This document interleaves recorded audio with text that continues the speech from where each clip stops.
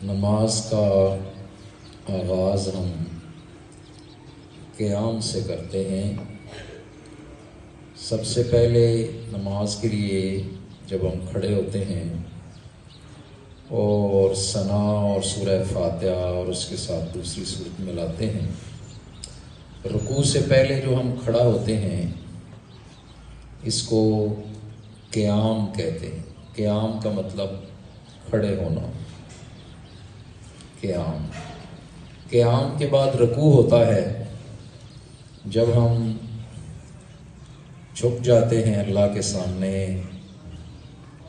اور سبحان ربی العظیم 3 دفعہ پڑھتے ہیں، اس کو ہم رکوع کہتے ہیں۔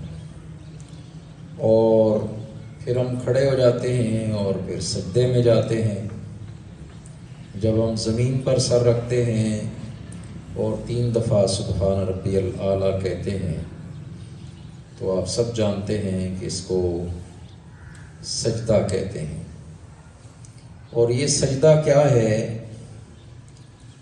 یہاں اگر میں علامہ اقبال کا وہ شعر آپ بچوں کو سنا دوں تو زیادہ آپ کو سمجھنے میں آسانی ہوگی کہ علامہ کہتے ہیں کہ وہ ایک سجدہ جسے تو گراں سمجھتا ہے، دیتا ہے تجھے 1000 سجدوں سے نجات۔ یعنی یہ جو اللہ کے سامنے ہم سجدہ کرتے ہیں، اپنا سر زمین پر رکھتے ہیں، عاجزی کا اظہار کرتے ہیں اور ہم یہ ظاہر کرتے ہیں کہ اے اللہ، ہم آپ کے علاوہ کسی کے سامنے نہیں جھکیں گے، کچھ بھی ہو جائے ہم صحیح راستے پر چلتے رہیں گے اور کوئی باطل کا علم بردار ہمیں اپنے سامنے جھکا نہیں سکتا ہے۔ اس سجدے کا مطلب یہ ہوتا ہے، صرف زمین پر سر رکھنے کا نام سجدہ نہیں ہوتا، بلکہ دراصل اس سجدے کا مطلب یہ ہوتا ہے۔ امام حسین رضی اللہ تعالیٰ عنہ نے کربلا کے اندر آپ کو پتہ ہے کہ یہ چیز اپنے عمل سے ثابت کر دی کہ صرف 72 لوگ تھے آپ کے ساتھ اور سامنے ایک بہت بڑی فوج تھی، حکومت تھی، طاقت تھی، قوت تھی، اور آپ اکیلے تھے، بظاہر دنیاوی لحاظ سے بہت کمزور تھے، اور اس وقت کی طاقتور حکومت نے ان کی لاشوں کے ڈھیر لگا دیے اور سب کو شہید کر دیا۔ لیکن یہ ایک سجدہ تھا، یہ اتنا قیمتی سجدہ ہے جو ہم نماز میں پڑھتے ہیں، کرتے ہیں، اور ہمیں اس کا احساس نہیں ہوتا، پتہ نہیں ہوتا۔ اسی لیے میں آپ بچوں کو نماز کی جو اسپرٹ ہے، روح ہے، اور اس کا جو ترجمہ ہے وہ میں آپ بچوں کو بتا رہا ہوں کہ یہ نماز ہمیں کیا سکھاتی ہے۔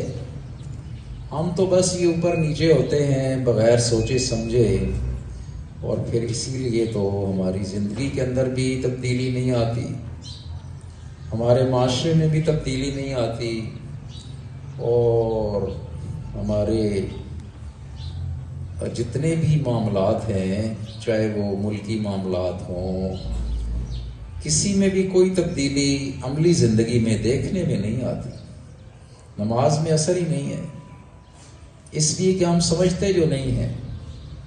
اگر نماز کو سمجھنا ہو تو امام حسین سے سمجھیں کہ جنہوں نے عملی طور پر نماز کی روح کو رہتی دنیا تک مسلمانوں کو سمجھا دیا کہ نماز کی روح یہ ہے کہ آپ نے اللہ کے سامنے جھکنا ہے، باطل کے سامنے نہیں جھکنا ہے۔ باطل چاہے کتنا ہی طاقتور کیوں نہ ہو، کتنی ہی اکثریت میں کیوں نہ ہو، اور حق پر چلنے والے لوگ، صحیح راستے پر چلنے والے لوگ چاہے کتنے ہی تھوڑے کیوں نہ ہوں، بظاہر کتنے ہی کمزور کیوں نہ ہوں، اور دنیا میں ان کو بظاہر شہید کر کے ختم کر دیا جائے، لوگ یہ سمجھیں کہ ان کو شکست ہو گئی، لیکن یہ شکست نہیں ہے۔ آپ کو پتہ ہے کہ آج بھی امام حسین رضی اللہ تعالیٰ عنہ کا نام پوری دنیا کے اندر مسلمان انتہائی عزت اور احترام سے لیتے ہیں۔ محرم کے اندر ان کی یاد منائی جاتی ہے، اور یزید پر ہر آدمی لعنت بھیجتا ہے۔ وہ وقت کا بادشاہ تھا، طاقتور تھا بظاہر، پوری فوج اس کی طاقت میں تھی، طاقت کے نشے میں تھا، جو سر اٹھاتا تھا اس کو کچل دیتا تھا، جو بیعت نہیں کرتا تھا اس کو زبردستی بیعت لینے میں مجبور کرتا تھا، کسی کو قید کر دیا، کسی کو تلوار سے اس کا سر اڑا دیا، جس نے سر اٹھایا اسی کا سر قلم کر دیا۔ ہر آدمی ڈرتا تھا کہ اس کے خلاف بات نہ کی جائے، یزید کے خلاف۔ یزید تو بڑا طاقتور ہے، اس کے پاس تو فوج ہے۔ لیکن امام حسین نے مسلمانوں کے لیے یہ سبق چھوڑ دیا۔ عزیز بچوں، میں آپ کو یہ ایک بات کہتا ہوں کہ نماز کی روح کو امام حسین سے سیکھیے۔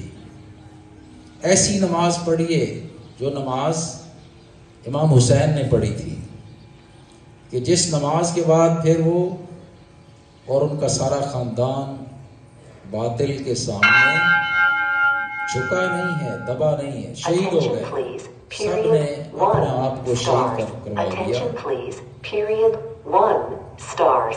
ان کی عورتوں پر ظلم کیا گیا، ان کے بچوں کو شہید کیا گیا بے رحمی کے ساتھ، لیکن باطل کے سامنے وہ جھکے نہیں۔ آج ذرا ہم سوچیں، ہماری نماز ہمیں یہ سکھاتی ہے،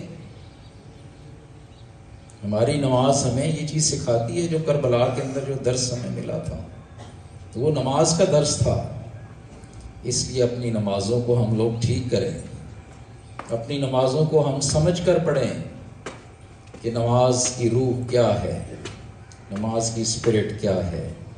تھوڑا سا ترجمہ رہتا ہے، انشاءاللہ ہم مزید اس پر بات کریں گے۔